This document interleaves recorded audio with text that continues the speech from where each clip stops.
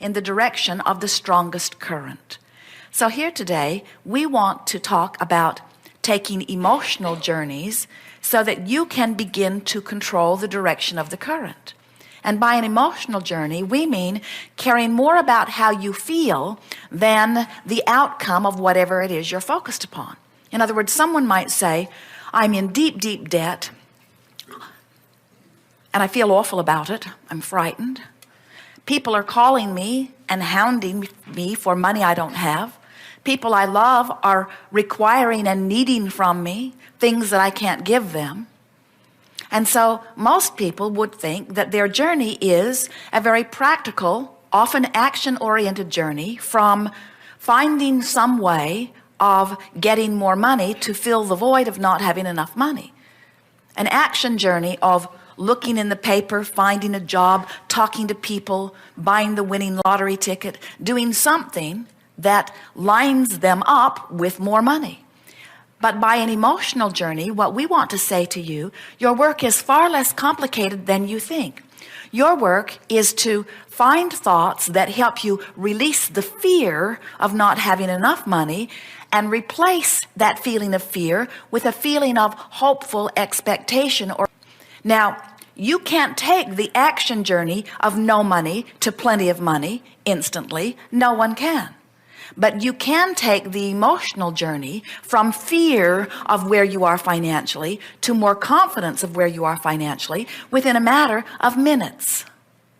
And when you begin to understand that taking the emotional journey is all that is required for you to begin practicing the art of allowing what you want, then you will discover that this creative endeavor has never been about action, and it's never been about words. It's never been about talking your way into something more that you are wanting.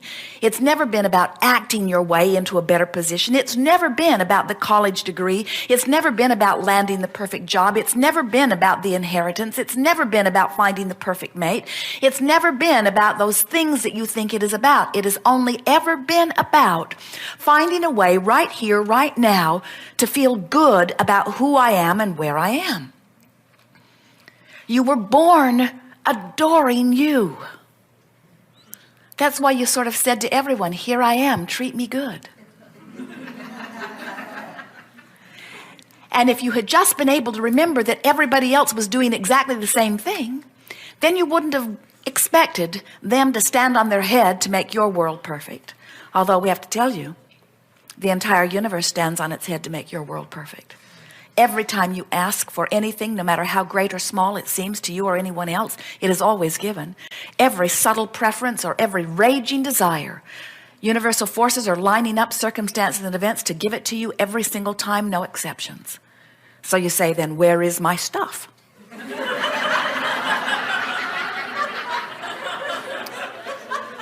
And we say it is being held in escrow for you, waiting for the moment that you align with it. And as long as you're saying, where is my stuff? I see that it's gone. I cannot find it anywhere. I've expected it, but it's not here. My neighbor is getting it. My mother is getting it. My children are getting it. Everybody's getting it, but it's not coming to me. Where is it? I demand to know where it is. We say, in your keen awareness that it's not there with you, it cannot come there with you. You might want to start softening those words. You might want to begin taking an emotional journey. Now, here's the key. Taking the emotional journey not because you're trying to get the stuff. The emotional journey because it feels better not to worry about not having the stuff than it does to worry about not having the stuff. The emotional journey because it feels better to anticipate things improving than it does to worry about things not getting better. The emotional journey because it feels good to love and it feels awful to hate. The emotional journey because it feels better now. So yes, we do teach selfishness. Because if you are not selfish enough that you care about how you feel now, right now, where all of your power is now. Not later, not once the house sells, not once you find a better one, not once your lover cleans up his act, not once People start catering you better, not once your job improves, not once they start appreciating you more. Right now where you have all the power. You have the power to tweak your thought process to make you feel better now. And until you decide that that is the work, then you don't understand art of allowing. Art of allowing yourself to be in vibrational alignment with the well-being that you deserve. Now you know everything that is important. There isn't anything else that we could ever say to you that would be more important to you than recognizing that you hold the key now to opening the vibrational vortex to allow the emotional journey that will make you feel better now. And when you feel better now, consistently, doors open, circumstances change, and the world caters to you in a way that few of you have realized yet. And those who watch say, who decided that you were the blessed one? Who anointed you king of the world? How is it that you have only to softly give a thought of preference, and next time you turn around, there is an avenue through which it can be fulfilled? And you say, oh, haven't you heard? I am the blessed one. Haven't you heard? I am the center of the universe. Haven't you heard? I only have to ask and then not get in my own way. And it happens to me every single time. So, today we are eager to talk with you about anything that is important to you. And if it seems helpful to you, we'll show you in what ways you may be getting in your own way. If you have things that you're wanting to resolve that formerly have not been resolved. Nothing is off limits. We are happy to talk with you about anything that is important to you. You may notice that someone else may ask your question for you. And when that happens, it's a big benefit to you because you will be less resistant in hearing your answer if you're not involved in asking the question.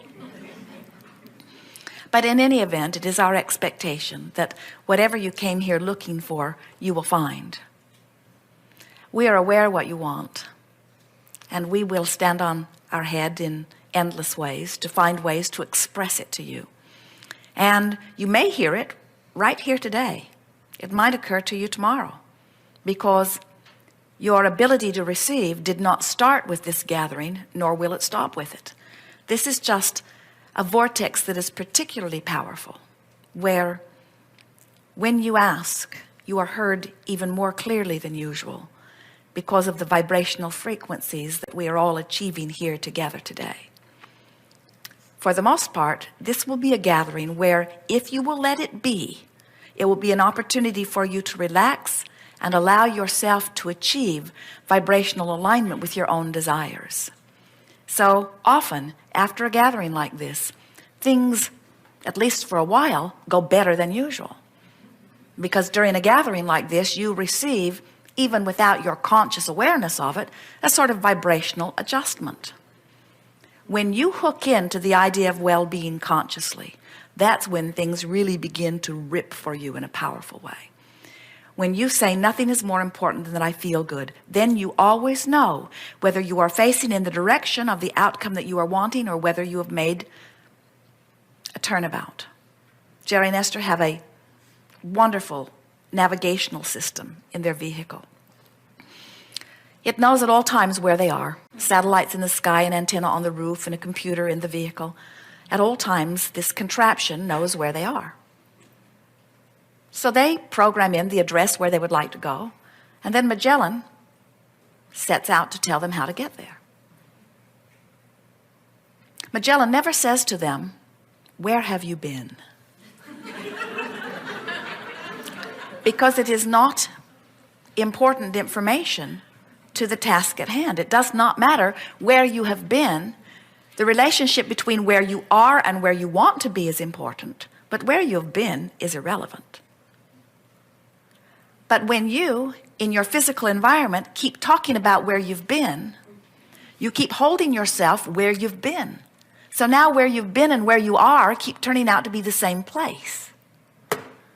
Magellan will say, lovingly, it's a lovely woman's voice. The men's voice was too bossy. Magellan will say, when possible, make a legal U-turn. Because she can tell when you are going in the opposite direction of what you have told her you want to do. You have a guidance system that tells you exactly the same thing. That's what that negative emotion is saying. When possible, try to find a thought that feels better. Because when you find a thought that feels better, you are back on your course, you say. You have some things you want to talk about? Some things. You are prepared to leave this gathering not having sat in this seat and feeling happy anyway? We want to hear that from everyone, or we refuse to proceed.